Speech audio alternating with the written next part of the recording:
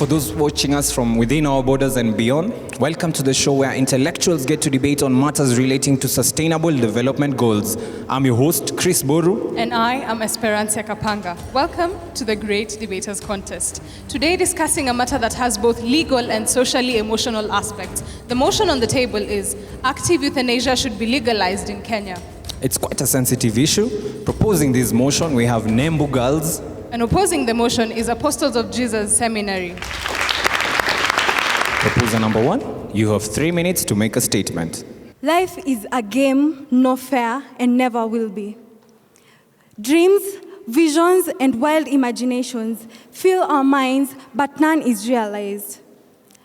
Cynthia Maria Kaveza, Nembu Girls High School, strongly proposing the motion that states active euthanasia should be legalized in Kenya. Many people will say this is immoral, but let me tell you one thing. It is never immoral until it violates the moral laws and norms of the society. Life is sacred, yes, I agree. But then, in life, you have choices to make. You either choose to do what you want in life and how you want to do it.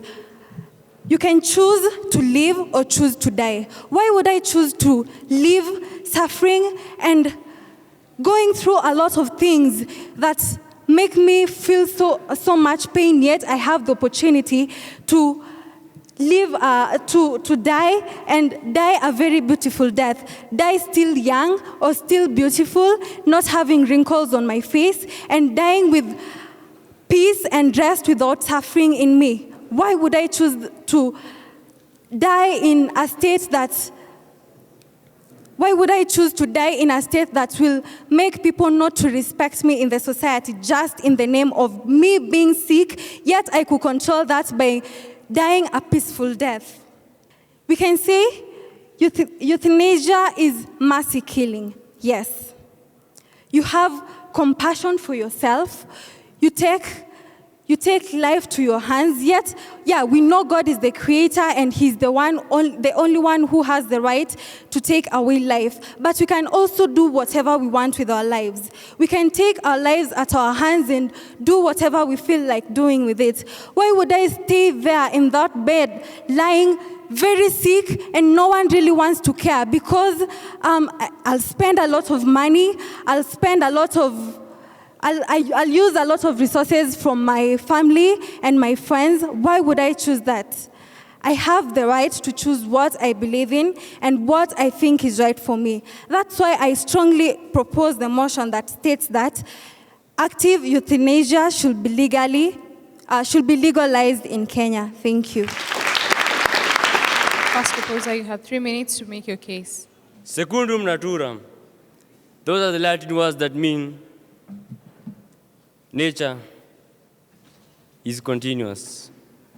Someone said that my life is my own. She forgot to mention that her life came from a supreme being, which is God. Isaiah Collins, for Apostles of Jesus Seminary. Dr. Karen Heathcock of Australia conducted a research in 2017 about patients suffering from terminal illnesses. And on concluding her research, she said that over 12 years I've been working as a doctor in public hospitals. I've dealt with hundreds of patients with terminal illnesses. And I've found that no terminal illness does not have a treatment. This means that there are other ways, other than euthanizing patients, to treat their physical illness. This means that there are other ways of treating people with physical suffering other than euthanizing them. These are like use of painkillers, use of sedatives, and use of anesthesia. Second, legalizing active euthanasia opens the chance for elder abuse, especially among those who are seeking the old's wealth. In our country, Kenya, this is not the first time we have heard of people trying to kill their old folks just because they want to get their riches. No, Legalizing active euthanasia will give them the ultimate weapon that they have been waiting for all their lives, so as to put an end to the old folks and get their property. Death is something natural. Yes, death is something that comes naturally. We honor it by letting it come by itself. Legalizing active euthanasia is like dishonoring death, and apart from dishonoring death, it is murder. And murder, according to our Kenyan constitution, is a crime. In all religions that we have had in our country, no religion that is legal in Kenya that supports murder. The act of active euthanasia is ending someone's life. Ending someone's life is like killing the person, and that is murder. Second proposer, you have 3 minutes to file a rejoinder. First, I start by defining the word active euthanasia. This is the action of intentionally and painlessly ending someone's suffering by killing them. Note the word painlessly and intentionally. My name is Victoria Njuguna from Nembu Girls High School, strongly proposing the motion, active euthanasia should be legalized in Kenya. To my opponents, I want to make something clear. Why should I take time to suffer when I have the ability to make the decision to end my life? It's my decision. Why should I suffer for long? And I know very well that I can take that decision and say, what? I want to die early. Remember, it's a painless death, so I can take that decision. It's not painful. My life has been rather poor for the past year or so, and I am glad to end it. These were the words of the scientist David Goodall. At the age of 104 years, he decided to end his life. He decided to put an end to his suffering. Why? He was so much into making his country productive, and the thought of him being a burden to the people was what he never wanted. So he had to take the decision to put an end to his life. Let's look at the old people in the society. It has come to a time when their production ability is very low.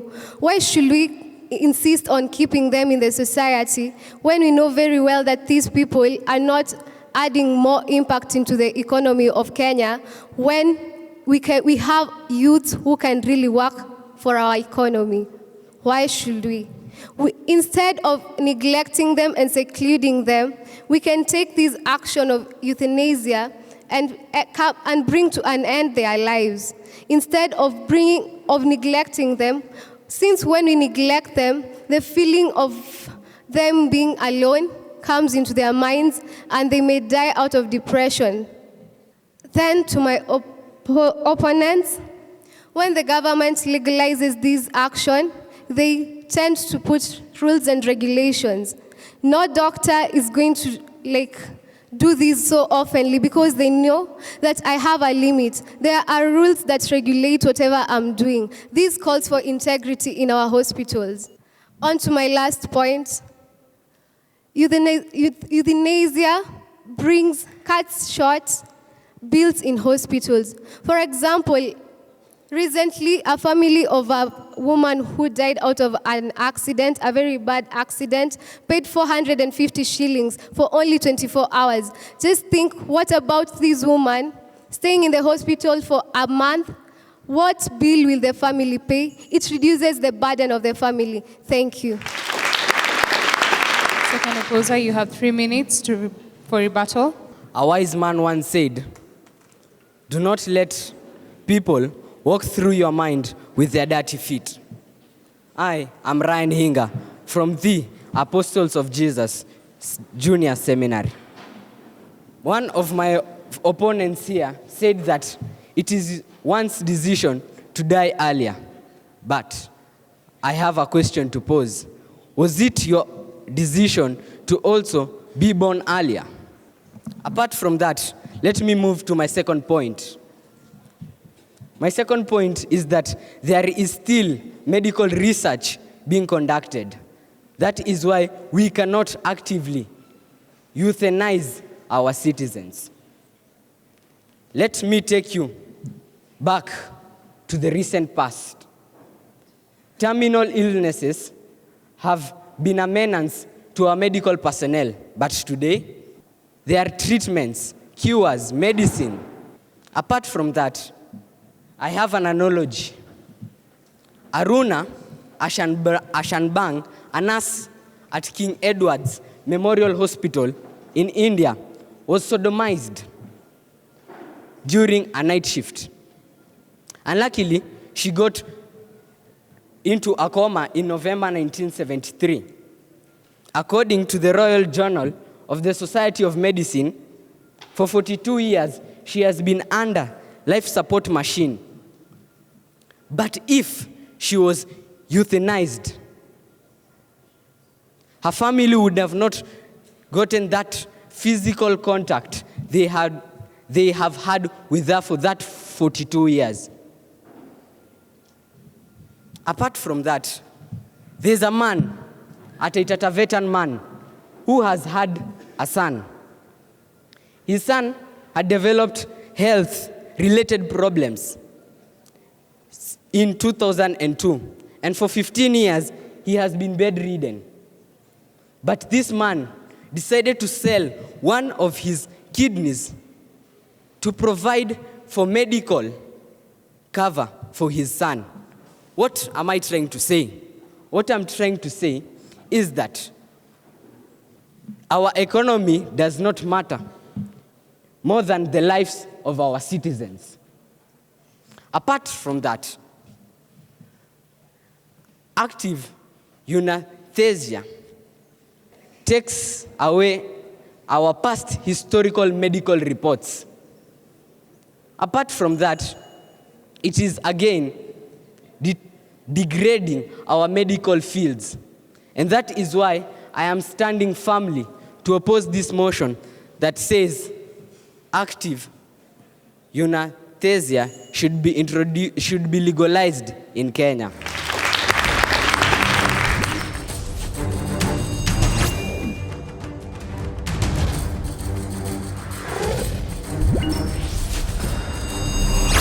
For the question session, the proposers have been asked, since they're suggesting that people can choose to die early, what happens to those who believe in a supreme being who has made you God, or a supreme being to choose when or when not to decide that somebody should die? And the opposers have been asked, what happens to those who do not believe in a supreme being, since they have brought God into the equation? Proposer number 3, you have 3 minutes to answer the question. The question, who made us God? First of all, we should know that we're living in a world whereby people who believe in God and people who don't do exist. So my answer is, for those who believe in God, God gave us the ability to make our own decisions. We have the right to choose whether I want to commit suicide, in which euthanasia is actually involved, or die a natural death. Let me clarify something. By saying we want to die young, I don't mean you or I can actually sleep one day and wake up in the morning and say, I want to die. No. This is applicable to someone who has had endless suffering, endless pain, endless torture. In terms of, let's say, an example, in terms of medical terms, that is cases like cancer, leukemia. And to my opposers, you asked that, you said that these terminal illnesses, there's a cure found. What about diseases like cancer and leukemia? Is there any cure? Doreen Faith from Nembu Girls High School, I strongly propose that euthanasia should be legalized in Kenya. By the point, to my opponents, you clearly say that these diseases can actually be controlled by painkillers. Let it come to our attention that painkillers don't last for a long period. That's why we are given a dosage, meaning these painkillers don't last. So maybe I take the painkiller right now, and actually 5 hours from now, the pain continues. For how long will I continue having pain? For how long will I continue suffering? My family is suffering. Medical bills are incurred. Why should I do that and I have the choice to end my life, to die a peaceful death? And in my sense, a memorable death. On to my point. Euthanasia reduces strain on health facilities. Imagine the ICUs being full of people who will not survive unless by the help of machines. Let's say this country is not developed per se. This is a country whose health sector is lagging behind. So automatically, if the sector is lagging behind, the country will not have health facilities to help these people. What will happen? I, as an individual, trust me, if euthanasia is the only thing that could save my family and could save me from the grief of pain, suffering, I will strongly encourage euthanasia. And I kindly urge you to join me in agreeing that euthanasia should actually be legalized in Kenya. Thank you. Tarupoza, you have 3 minutes to answer the question. Well, let me tell you for one thing, your life is not a rugby ball where people can take and just hit here and there. For the AJ Seminary, I am Mwangi Christopher Mburu. Well, you asked about atheists. I myself am a registered atheist with the Atheist Society of Kenya. I can't personally answer that question. Sister said here that active euthanasia should be legalized in Kenya. Well, sister, I know we share the same blood, but today let me differ with you. Then that is why I strongly oppose the motion of the day that active euthanasia should be legalized in Kenya. When we legalize active euthanasia in Kenya, it is going to lead to more killing of people and people. Look on those countries that have legalized active euthanasia. Countries like Belgium and Canada. People are continuing to be killed day by day. Younger children, the future generation of our tomorrow's future is going to be ruined. They have said of cancer. Let me tell you, which world do you really exist? Are you living in? We have the gamma ray equipment, which is used to treat the cancerous cells. Okay, it will open up room for elderly abuse. Consider this.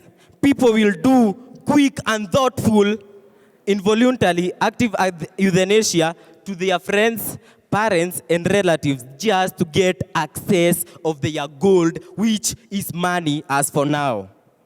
You have said of a country like Kenya, where we have no resources. Let me tell you for one thing, the other countries who have more resources, and that's why you can see a country like the USA, through the USAID, supports countries such as us, countries such as Kenya, with such equipments to help us in supporting the life of the patients back there at the hospitals. Aruna Shanbag has been used as an example. For 42 years, she has been in a coma. Consider the family. The family, even though they were not with her emotionally and psychologically, but they were able to see her. They were given that chance to see her. If she was actively euthanized, she would have been in the grave 6 feet downwards, being worked on by ants and rodents. If we legalize active euthanasia in Kenya, it is going to destroy the medical code of ethics for our doctors. Doctors are to save life. They are not to take away life. Life is an inalienable right that has been given to you. You do not have to take it for granted. Once again, active euthanasia should be legalized in Kenya. I differ. Thank you.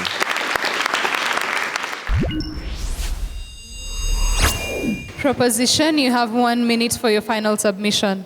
Firstly, to my opponents, no wonder my second speaker said, that is why there are rules and regulations that are to be introduced if euthanasia is introduced.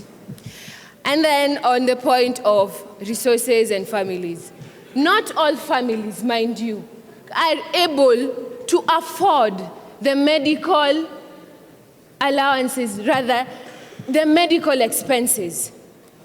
Take a case where poverty or poverty-stricken family. If the family has a cancer member, are you telling me that this family will be able to sustain this guy? I bet whenever they'll hear of euthanasia, they will strongly agree. And to end this motion, there is a fact based on our country. Kenyatta National Hospital has only 38 ICU beds. Yet, it's the major referral hospital in Central and East Africa.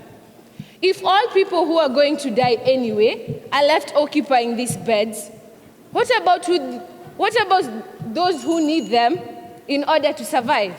Thank you.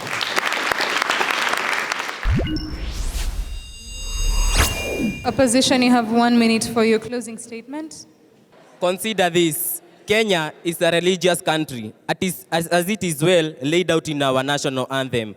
O God of all creation, the God of Christians. Kenya is a religious country. For one thing, active euthanasia becomes suicide when one chooses to be euthanized, but it becomes a crime when one chooses, without the consent of one, others choose for you to be euthanized, it becomes a crime. Whether you like it or not, active euthanasia should not be legalized in Kenya. It is against the laws and the fundamental rights of one. You have right to life, right to enjoy oxygen. Oxygen is to be shared equally amongst us. 0, 2, 1 for you, 1 for mine. Thank you.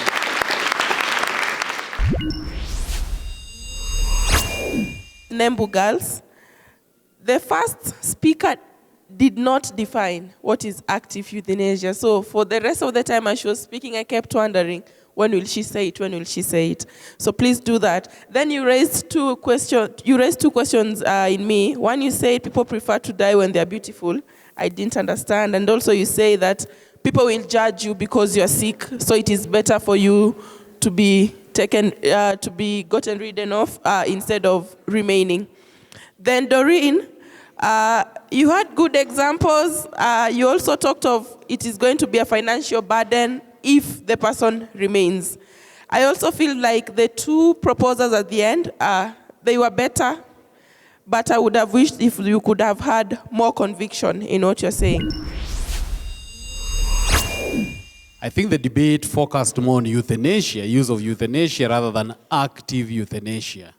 I don't know whether we really went back and did our research, because such a great debate ought to have pushed you into carrying out a research. And if you were told you'd have done that, you'd have found that there is active euthanasia and passive euthanasia.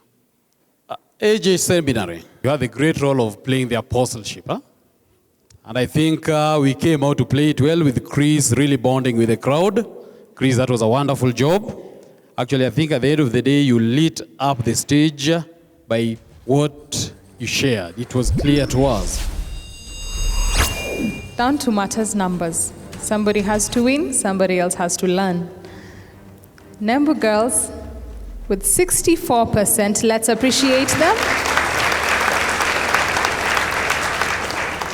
Apostles of Jesus Seminary take the debate with 65%. Let us give them a round of applause.